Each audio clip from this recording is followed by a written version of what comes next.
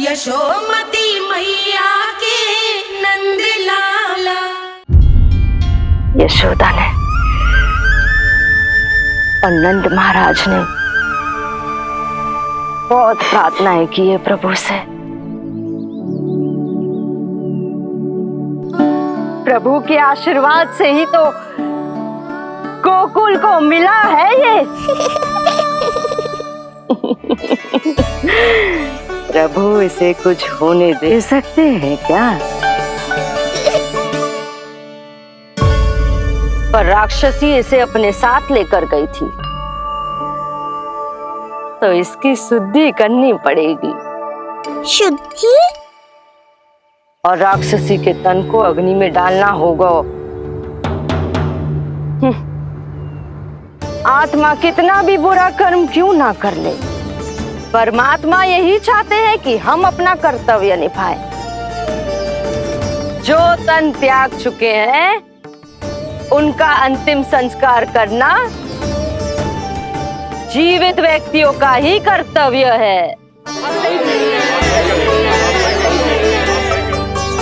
बहन योगमाया, एक बार फिर से बचा लिया तुमने।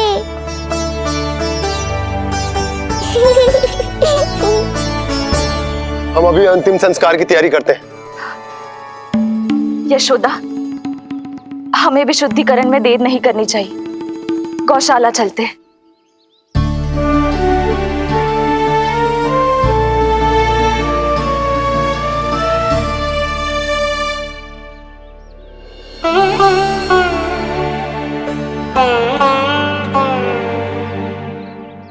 इसका तन बहुत विशाल है, इसके शरीर को खंडित करना होगा, अनेक चिताएं जलानी होगी।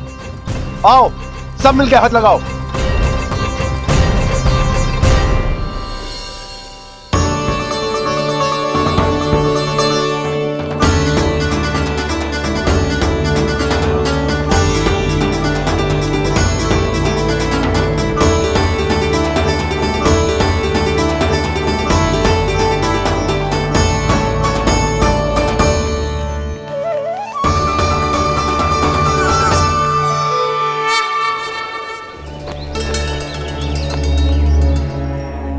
प्रभावती, गोमूत्र और गोबर ले आओ, शुद्धि पूजा शुरू करनी है। लाओ यशोदा। क्यों चाहिए मेरा लल्ला? सत्य बताना, कौन हो तुम और ये सब कौन है?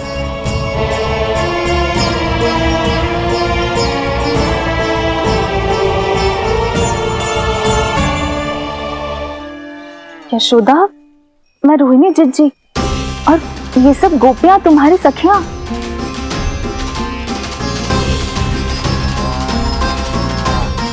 कैसे भरोसा करूं मैं कि आप रोहिणी जिज्जी हो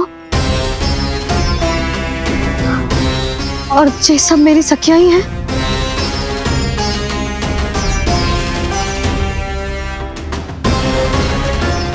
कैसे भरोसा करूं कि आप जो दिख रही हो सत्य में वो ही हो, कोई और ना हो?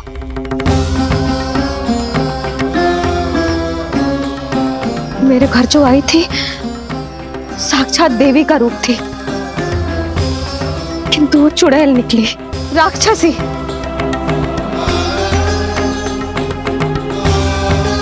बस अब मुझे किसी पर भरोसा ना करना है।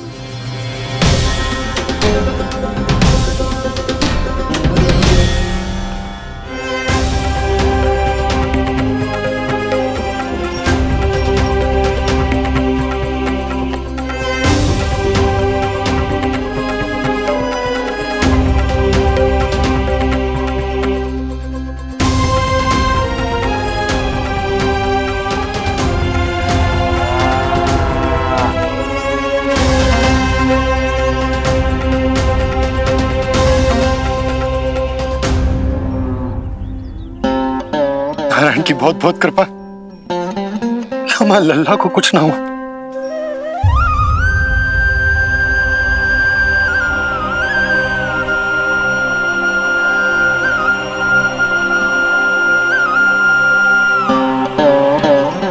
यशोदा, शुद्धि करना आवश्यक है। उसके लिए अपनों पर भरोसा करना ही पड़ेगा। आपको पता भी है यहाँ क्या हुआ है ना? इसीलिए आप तो मत ही बोलो कि मुझे किस पर भरोसा करना है और किस पर ना।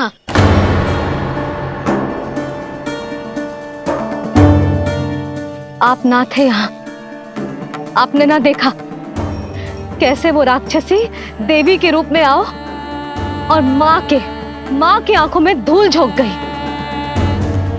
कैसे उस राक्षसी ने मेरी ममता का लाभ उठाओ है और मेरे सामने मेरे लल्ला को ले गया।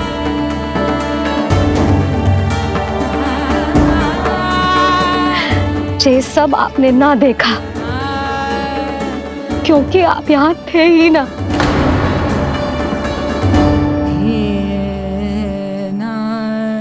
मैंने कही थी ना, मुझे आभास हो रहा है, मत जाओ। किंतु आपने क्या कही? चिंता ना करो जसोदा,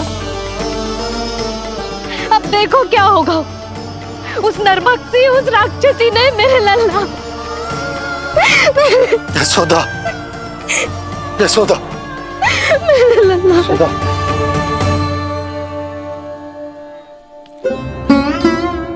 यशोदा, नारायण की कृपा से कुछ नहीं हुआ है तुम्हारे लल्ला को। समझने का प्रयास करो। वही तो कर रही हूँ जीजी, समझने का प्रयास। बुद्धि भ्रष्ट हो गई थी मेरी कि एक अनजान पे भरोसा कर लो मैंने। एक माँ होके भी मैं सत्य ना देख पाई। किंतु आप, तुम सब स्वयं को सखियां बताती हो ना मेरी। तुम सबने भी ना देखी, एक बार भी मुझे सचेत ना किया उस राक्षसी के बारे में। यदि कुछ हो जाता मेरे लल्ला को तो कहाँ जाती, क्या करती, किसको दोष देती?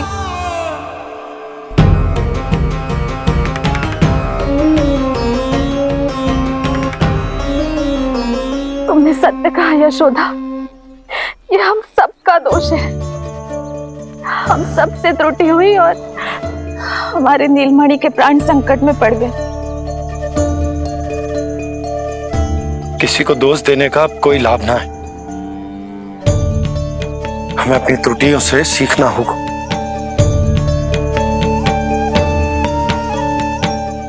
एक भूल हम पहले ही कर चुके, शुद्धि ना करके दूसरी भूल ना करेंगे यशोदा। हाँ यशोदा, उस राक्षसी ने हमारे नीलमणि को विष पिलाने का प्रयास किया था।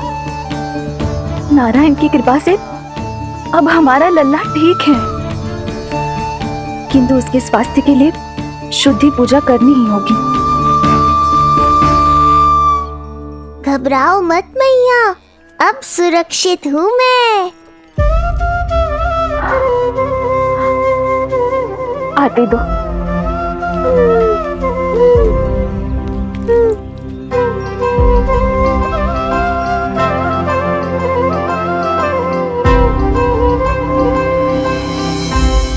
बहू के लिए इस घटना से उबरना आसान ना होगा।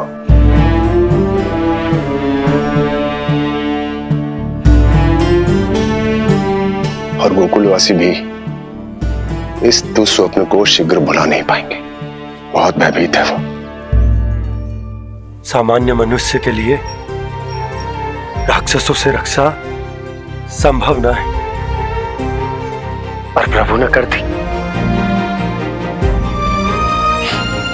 अब साहस भी वही देंगे। चिंता मत करो बाबा, पूतना स्वयं सबका भय दूर करने में सहायता करेगी।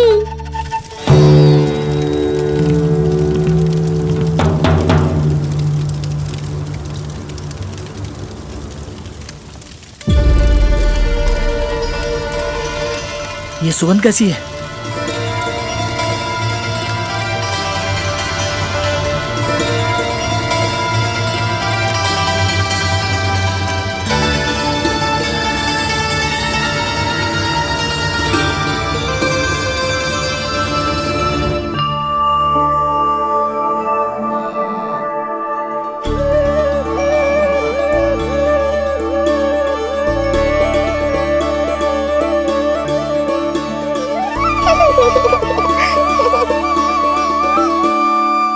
ये सुगंध कहां से आ रही है?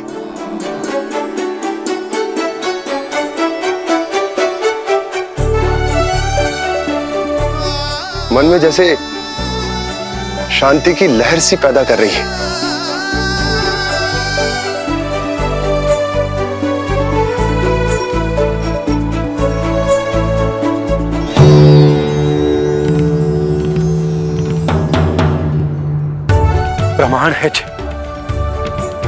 प्रमाण है कि श्री हरि नारायण ने ही हमें संकट से बचायो।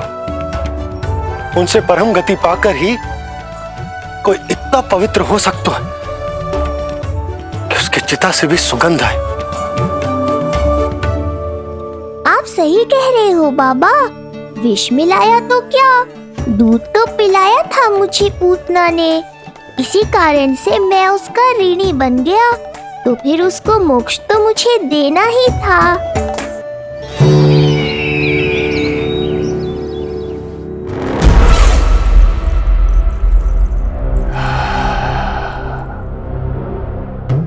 ये कोई साधारण सुगंध नहीं,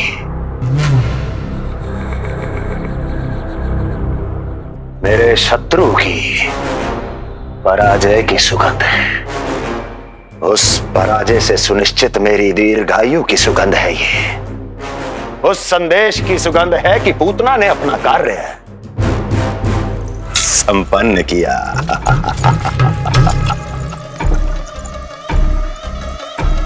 उस विष्णु पर मेरी विजय की सुगंध है ये।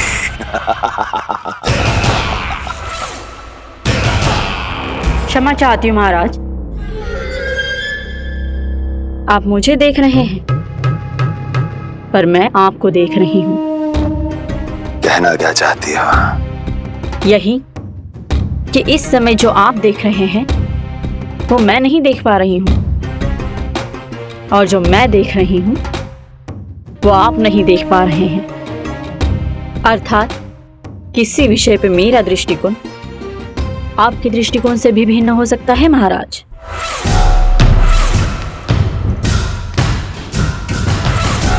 पहेलियां बुझाना बंद करो, सीधा सीधा कहो, क्या चल रहा है तुम्हारे मन में?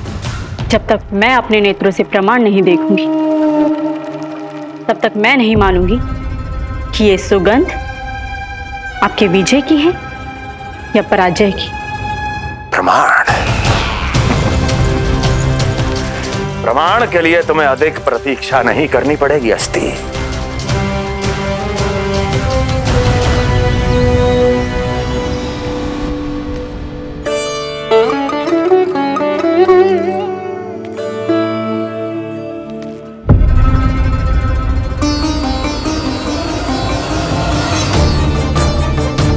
वसुदेव जी ने भेजा है मुझे आपके नीलमणि को दूध पिलाने के लिए। इससे मेरी गोद अपरिचित नहीं लगेगी, ऐसा अनुभव करेगा कि अपनी माँ की गोद में है। आप काजल ले आइए, अपने हाथों से टीका लगाऊंगी। कितना प्यारा बच्चा है ये, कहीं मेरी ही ना दृष्टि लग जाए।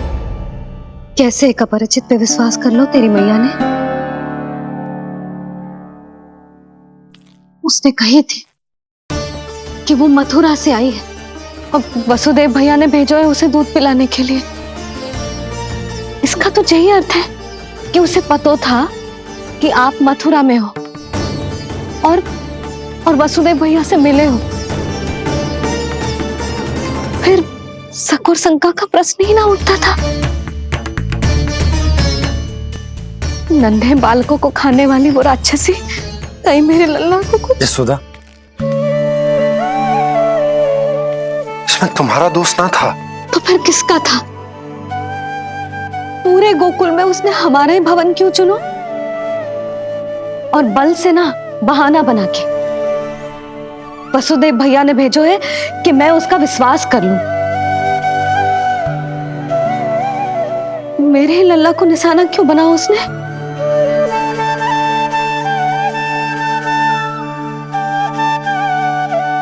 कंस क्रोध में अपना मानसिक संतुलन खो बैठा है।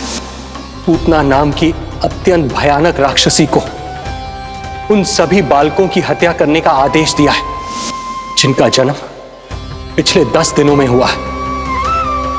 बोलिए, मेरे लल्ला ने क्या बिगाड़ो था उसका?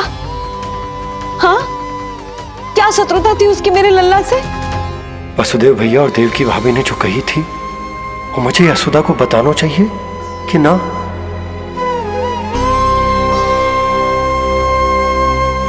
ना ना ना बाबा, बिल्कुल मत बताना। मैया को पता चला तो ये और भयभीत हो जाएंगी। रात दिन केवल मेरी चिंता और रक्षा में ही डूबी रहेंगी। क्या सोचने लगे आप? अवश्य ही आपको कुछ पता है जो आप बता ना रहे। बताइए, बताइए ना। आज तक कुछ ना छुपाया मैंने इससे, फिर आज कैसे? ना ना, मुझे बताना ही चाहिए। लो कर लो बात। अभी अभी तो पूतना के आघात से मैया बाहर आई है, आप फिर एक नया झटका देना चाहते हो? ऐसा मत करो बाबा। बताओ।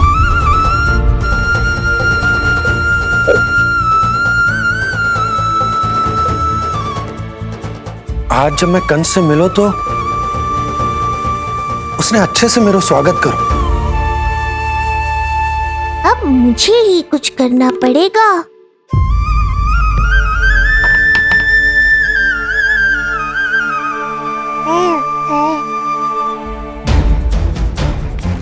अच्छे से स्वागत कियो, मिठाई भी खाई, सब ठीक तो, पर यहाँ कुछ ठीक नहीं था। अब बस किसी तरह आप विषय बदल दो ताऊ जी। गोकुल के बारे में मेरे मन में कुछ विचार आ रहे हैं।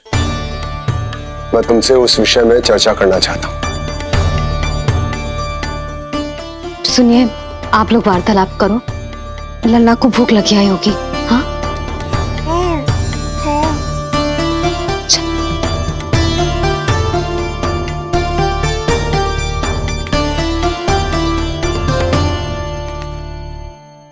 पता नहीं क्यों, पर ऐसा लगता है कि छोटी छोटी आटों पर कि कोई है अब भी हमारे आसपास। कोई है जो हमारे इस नंद भवन पे अपनी बुरी दृष्टि अभी भी गड़ाए हुए है। संकट अभी समाप्त ना हुआ है भैया। अब तक तो उसे पता चल गया होगा कि पूतना सफल रही। किसे? कंस को। पूतना शुभ समाचार लाती ही होगी। महाराज की जय हो।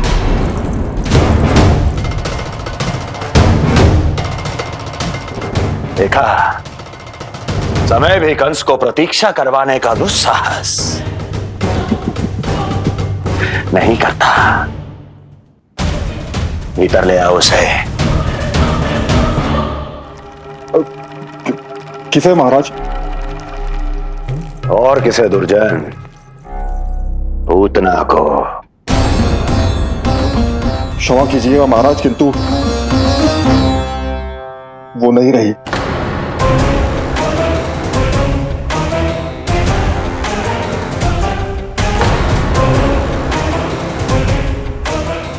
क्या क्या कहा तुमने?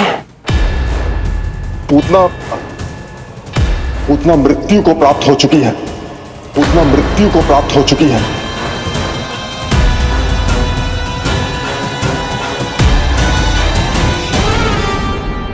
पूतना की मृत्यु के समाचार सुनकर कंस क्रोध की अग्नि में जल उठे को। नन्हे मासूम बालकों की हत्या करने के लिए पूतना को कंस ने भेजा था। इतना निर्दय, इतना स्वार्थी भी कोई हो सके? कंस की क्रूरता की कोई सीमा ना है भैया।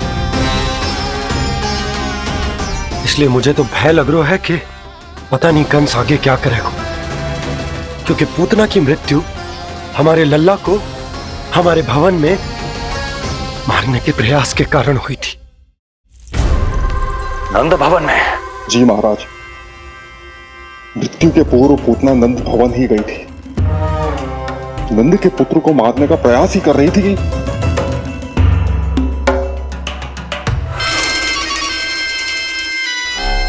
मुझे पुत्र हुआ। कब हुआ तुम्हारे पुत्र का जन्म? बस 7 दिन का हो गया महाराज हमारा लल्ला।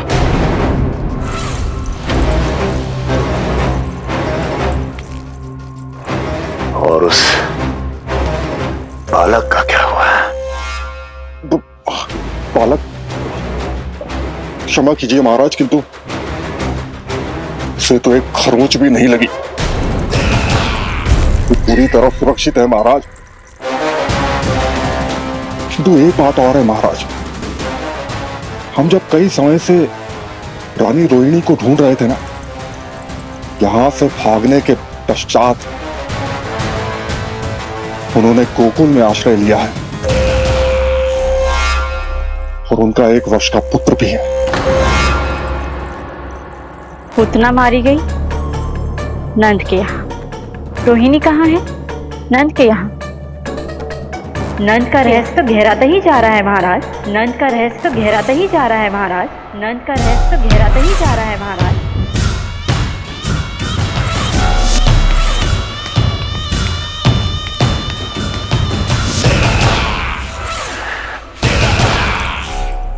सब कुछ मेरे नेत्रों के सामने था, फिर भी चूक कैसे गया मैं?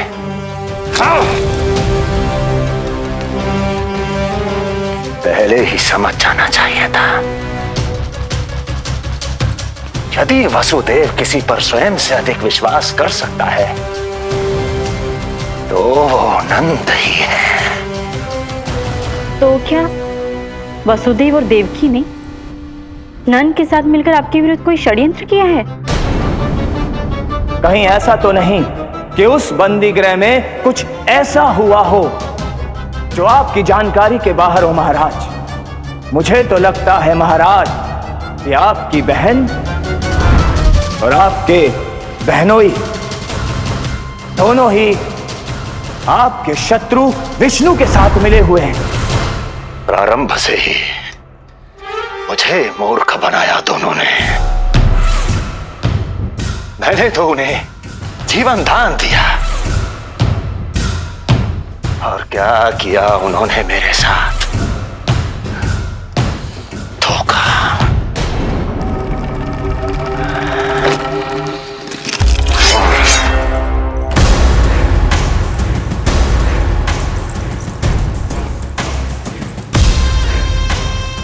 अब वो स्वयं बताएंगे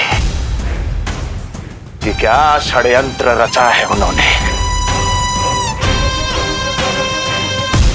अब ना तो वसुदेव बचेगा, ना देवकी बचेगी, और ना ही बचेगा उनका 8वां पुत्र। ना ही बचेगा उनका 8वां पुत्र। ना ही बचेगा उनका 8वां पुत्र। तब तो हमें सुरक्षा और बढ़ा देनी चाहिए नंद। हाँ भैया, परंतु यशोदा को जब ये पता चलेगा कि हमने सुरक्षा बढ़ा दी, क्योंकि उसके लल्ला पर आए संकट अभी टल होना है। क्योंकि कंस 10 दिवस से कम आयु वाले बालकों की हत्या करवा रहा। बुद्धि बल का प्रयोग कीजिए स्वामी, शारीरिक बल की आवश्यकता नहीं।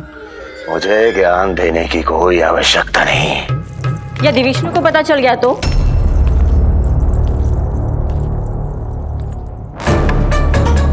यदि आपने अपने बहन और बहनोई को बता दिया कि आपको उनके षड्यंत्र के बारे में पता चल गया है, तो ये सूचना विष्णु तक भी पहुंच जाएगी और वो सावधान हो जाएगा।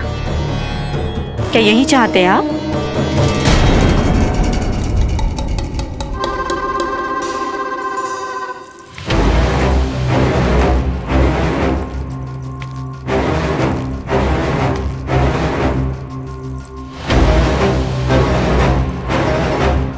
तो तुम क्या चाहती हो? मैं चुपचाप हाथ पर हाथ धर कर बैठा रहूं और होने दूं जो हो रहा है?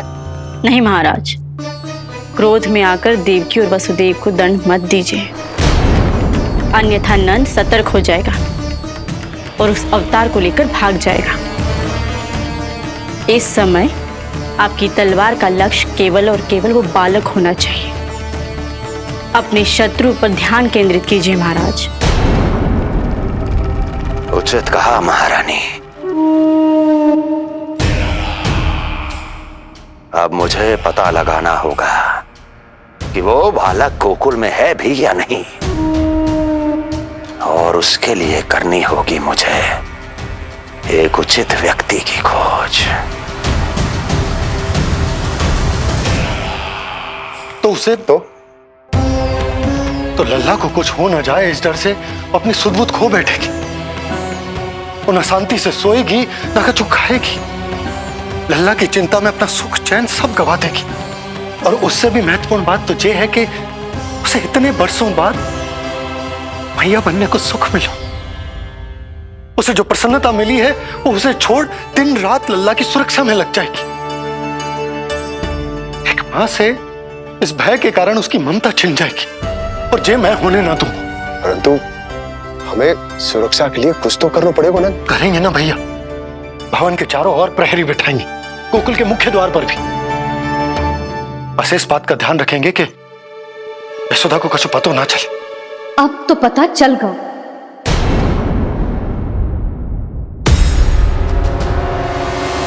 सब सुन लियो है मैंने।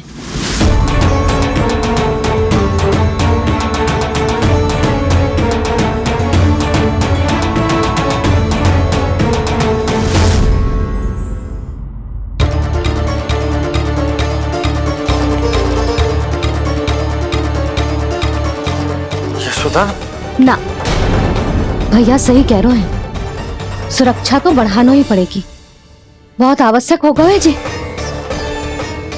राम जाने संकट अभी पूर्णतः टलो भी है कि ना, और हमें तो ये भी ना पता कि उस पूतना को भेजा किसने था।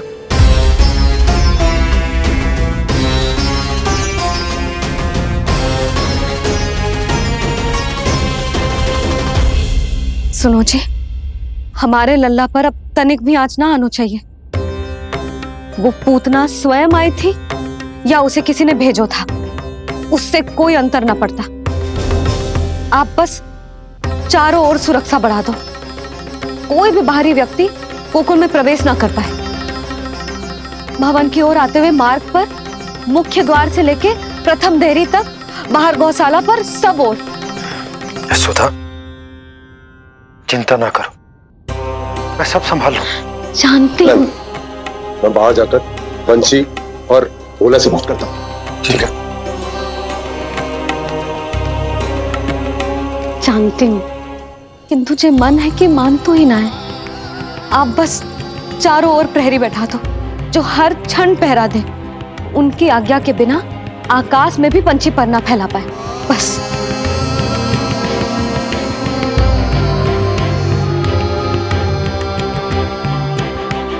कछु पतो ना है तो ये इतना घबरा रही। अच्छा ही हुआ इसने ना सुना कि इस सब के पीछे कंस है, नहीं तो राम जाने क्या होता इसका। हाँ लल्ला, अब एक क्षण के लिए भी बिना निगरानी के ना रहने दूंगी तुझे। ये क्या हो गया मैया को? फिर से इतना घबरा रही है। क्या सोच रहा होगा जे? यही ना कि इसकी मैया इसकी सुरक्षा भी ना कर पाई। अरे यशोदा, ऐसा कछु ना सोच रहा हमारा लल्ला। देखो कैसे टुको टुको निहार रहा है तुमको। वही तो मैं कह रहा था बाबा।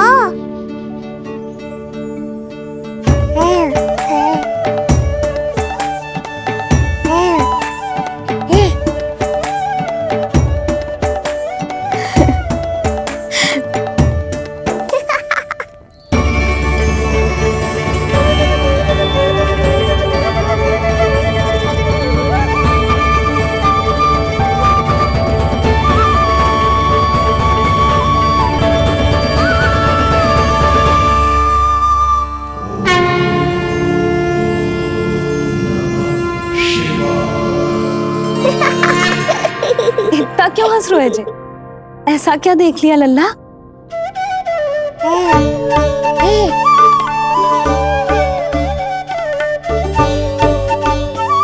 हैं?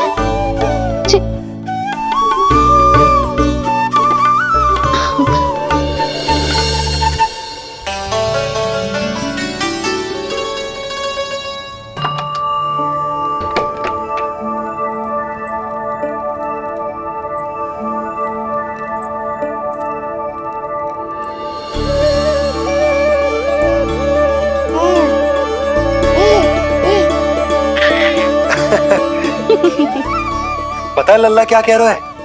लल्ला कह रहा है कि हमें भगवान नारायण में सदैव विश्वास रखना चाहिए।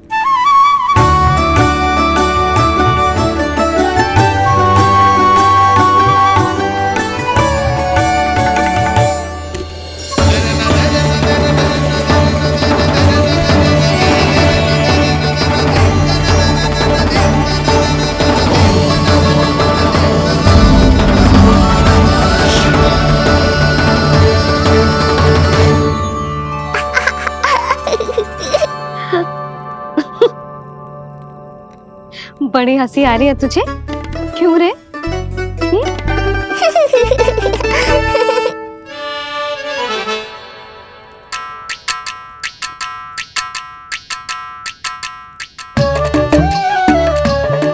इतनी प्रसन्नता का कोई ना कोई कारण तो अवश्य होगा। बता लल्ला, बता, अपनी मैया को ना बताएगा?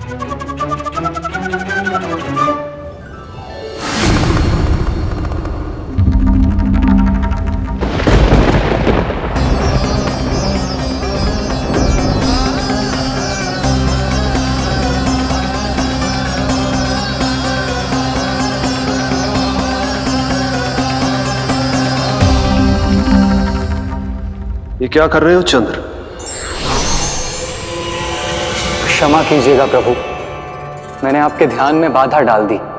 श्री विष्णु अवतार के बाल स्वरूप की किलकारियां सुनकर मुझसे रहा ही नहीं गया, इसलिए मैं बार बार झुककर उनकी एक झलक पाने की चेष्टा कर रहा था।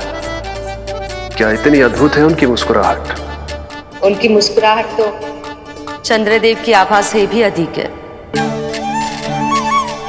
और रूप तो ऐसा प्रभु कि उन्हें कितना भी देखें ना आंखें थकेंगी और ना ही मन। तुमने कब देखा? उनके षष्ठी पूजन पर प्रभु। और आपको यह सौभाग्य मिला या नहीं? मैं तो उनकी बहन हूं प्रभु। मैंने देवी योगमाया के अवतार रूप में उन्हें गोदी में खिलाया भी है। वो कैसे हैं देवी? क्या मेरे प्रभु श्री राम के समान है वो? समान है फिर भी भिन्न है प्रभु। श्री राम ने दिन में जन्म लिया था, श्री कृष्ण ने मध्य रात्रि में लिया। श्री राम की आंखों में सत्य की शीतलता थी, श्री कृष्ण की आंखों में न्याय की अग्नि है। श्री राम की मुस्कुराहट शांति की परिचायक थी, श्री कृष्ण की मुस्कुराहट आशा की संचारक है।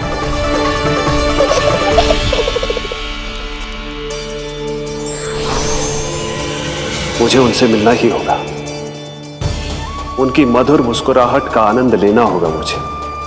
चाहे जो हो जाए, वो फटते ही जाऊंगा उनसे मिलने।